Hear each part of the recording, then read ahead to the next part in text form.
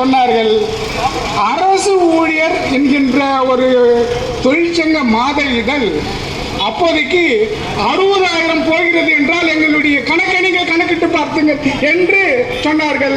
எம்ஜிஆர் திகைத்து போய்விட்டார். அப்போதெல்லாம் எம்ஜிஆர் நாளிதழ் ஒரு பத்திரிகை இருக்கிறது, முரசொலின்னு ஒரு நாளிதழ் இருக்கிறது.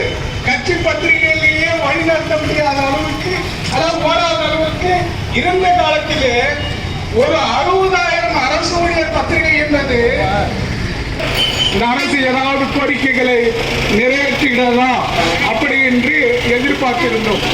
அப்படியெல்லாம் எதிர்பார்க்க வேண்டிய அவசியம் என்பது இல்லை. நமக்கு தெரியும், அது எப்போது ஒரு கணக்கு இருக்கிறது. ஒரு இறுதி கணக்கு என்பது ஆட்சியாளர்களுக்கும் அரசு ஊழியர்களுக்கும் ஆசிரியர்களுக்கும் ஒரு இறுதி கணக்கு என்பது இருக்கிறது. தோழர்கள் கவனிச்சிருக்கு, பிஸ்கட்டு எல்லாருக்கும் கொடுத்துருக்க, வராதவங்க கைத்தொழில இருக்கு. பிஸ்கட்டை தேவையான கொடுக்கப்படலை என்ற இது ஆரம்பித்தாங்க. அதே மாதிரி டீ எல்லாருக்குமே இருக்கு.